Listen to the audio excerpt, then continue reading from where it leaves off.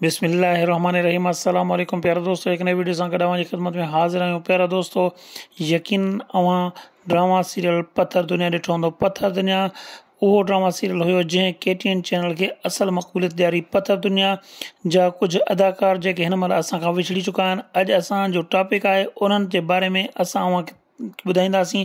प्यारा दोस्तों, पत्थर दुनिया जो राइटर नूर ज़हूर हुयो ऐं उन ड्रामे खे डायरेक्ट कयो हो अज़ीज़ सांघीअ। जी हाँ दोस्तों, इन ड्रामा सीरियल में हिकु अरड़े नौजवान जो किरदारु अदा कंदड़ लला हुसैन सारियो, जंहिंखे ड्रामे जे विच में ई कैंसर डायग्नोस थी ऐं उन खां पोइ उन जे इलाज दौरान लला हुसैन सारियो असां खां हमेशह जे लाइ विछड़ी वियो। हिन ड्रामे जो हिकु ॿियो कैरेक्टर परू, जेको ग़ुलाम हुसैन डेपर अदा कयो हो। ग़ुलाम हुसैन डेपर जी पिणु डेथ थी चुकी आहे।